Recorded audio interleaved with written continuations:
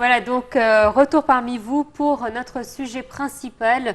On vous a donné un petit aperçu à travers ce reportage avec le retour donc des Russes en Égypte et nous a rejoint par téléphone Monsieur Ilham Zayed, expert en tourisme, pour plus nous en parler. Bonjour Monsieur. Bonjour. Alors, c'est vrai que les Russes étaient une nationalité importante dans notre secteur touristique car on les appelait les touristes de masse, c'est-à-dire qu'ils venaient en grande quantité, ils s'installaient pendant des périodes. On avait fait un chiffre record en 2014, si je ne me trompe pas, avec plus de 3 millions de touristes. Mais effectivement, il y a eu des événements malheureux qui ont suivi, qui ont fait que les touristes nous ont un peu boudés.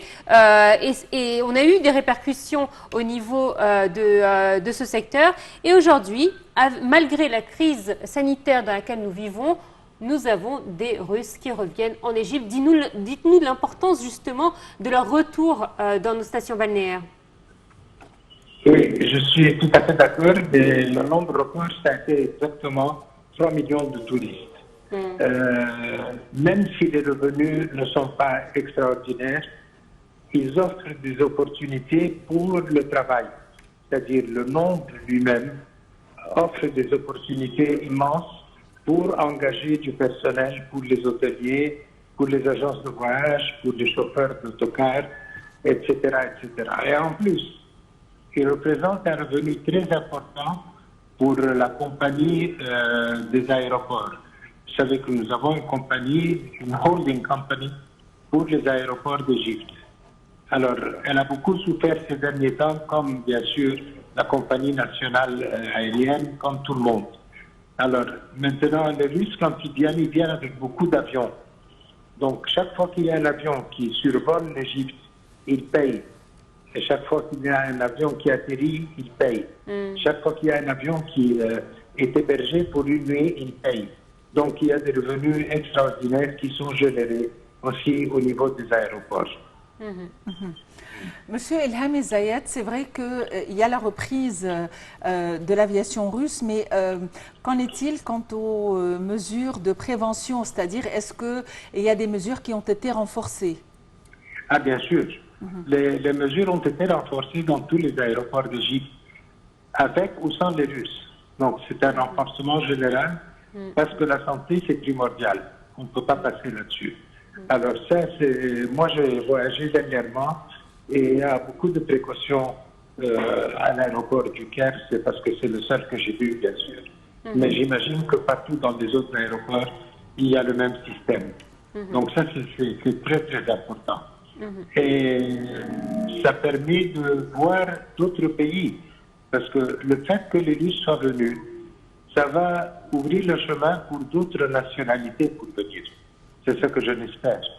Et on espère qu'à partir d'octobre cette année, nous allons revoir une petite reprise. Je ne parle pas de quelque chose d'extraordinaire, mais au moins il y aura une reprise d'autres destinations vers l'Égypte. Alors justement, j'allais vous en parler puisque j'ai l'impression que ces temps-ci, l'Égypte a la baraka, comme on peut le dire. C'est-à-dire que le malheur des uns fait le bonheur des autres.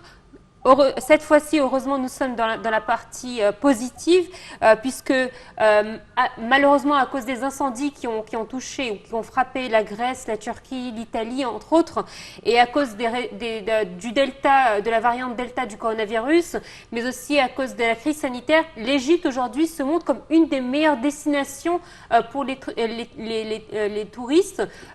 On voit que effectivement, dans les catalogues ou sur les sites internet, on propose énormément des voyages en Égypte. Les tarifs sont alléchants, l'offre elle est attrayante. Donc c'est vrai qu'on est un peu gâté, on va dire. J'espère qu'on sera gâté pour longtemps. Il faut ajouter aussi que les prix sont très raisonnables. Et ça, c'est très, très important pour tous les estivants ou bien pour tous les gens qui viennent pour le tourisme balnéaire surtout. Et je vous assure qu'il y a aussi une reprise au niveau de Luxor à soi. Elle est à moindre échelle, mais il y a déjà 3 charters sur place venant d'Espagne. Il n'y a pas le même d'autres pays d'Europe, mais c'est déjà beaucoup qu'on ait vu des charters en provenance d'Espagne. Et ça, c'est un très, très grand pas vers l'avant. On espère qu'on va voir d'autres. Oui, allez-y. Monsieur Elham Zayed, qu'en est-il quant aux prix? Les prix des vols internes à l'heure actuelle et les prix des hôtels après une longue fermeture, un long confinement, est-ce qu'il y a vraiment une augmentation au niveau des prix? Ah non, non, non, non, non, non. Les prix sont très, très, très raisonnables et même il y a des offres très alléchantes pour les touristes. C'est-à-dire la chambre qui normalement pourrait être vendue à 400 €, aujourd'hui elle est vendue à 200 et 180. Donc vous voyez la différence est de moins 50%. Donc c'est vraiment une occasion unique et c'est ce qui va relancer l'Égypte. Et moi j'attends que quand les compagnies aériennes vont reprendre des vols beaucoup plus sérieux, parce qu'il y a une reprise des vols. Et les vols c'est très important, étant donné que 90% des touristes arrivent par avion. Donc, on s'attend que les compagnies aériennes, à partir de 1922-23, il y aura une reprise qui va culminer en 1923-24. Donc, si toute proportion prise, je pense que 24-25 sera vraiment l'année boom pour l'Égypte. Alors, on a eu des images horrifiantes, hein, vraiment, c'est le terme que je veux utiliser, en voyant les plages sur la côte nord, noires de monde. J'ai envie de savoir, d'un point de vue touristique, est-ce que cette quantité ou cette masse de population qui se trouve à la côte nord fait du bien au tourisme? Est-ce que ça apporte de l'argent à notre secteur touristique ou pas vraiment? Bien sûr, c'est un tourisme domestique. Un touriste, c'est un touriste, qu'il soit égyptien, qu'il soit étranger, c'est la même chose. Pour les hôteliers, c'est-à-dire, peut-être moins pour les agences de voyage. Mais c'est une très très bonne reprise pour la côte nord. Par contre, la côte nord, c'est encore très saisonnier. C'est-à-dire, vous allez voir ce boom en juillet et août. Après, à partir du 15 septembre, ça va se vider. Alors, quand il y aura la ville de l'Alamène, elle sera terminée, là, on va voir un tourisme beaucoup plus régulier, étendu sur toute l'année, ou du moins jusqu'au 15 octobre et à partir du 15 avril. Ça va venir, mais il faut attendre que l'Alamène soit complète et complétée. Quand on parle du tourisme, nous avons reçu les touristes russes, mais qu'en est-il, je veux dire, aux régulations? Parce que chaque pays gère les choses à partir de sa propre perspective. Et il y a des pays qui insistent à ce que les touristes ou les voyageurs soient vaccinés entièrement, qu'ils fassent un PCR, ça c'est clair. Alors, tout d'abord, comment est-ce que les choses sont gérées? C'est-à-dire, est-ce que ça dépend de la vision de chaque pays? Est-ce qu'il y a une loi internationale qui gère les choses? Et qu'est-ce que l'Égypte exige en échange? Écoutez, vous avez entièrement raison. Chaque pays a ses lois. Et chaque pays, ses lois changent aussi. C'est-à-dire, il y a 2 semaines, on n'avait pas besoin de PCR, on n'avait pas besoin de QR code pour aller dans des restaurants à Paris. Maintenant, il faut un QR code, un code QR pour aller dans des restaurants, pour aller dans des cinémas, pour aller n'importe où il y a du monde. Donc, ça change du jour au lendemain. On ne peut pas savoir ce qui va se passer demain. Mais pour l'Égypte, le PCR, je crois que c'est suffisant. Et si, bien sûr, ils sont vaccinés, c'est tant mieux.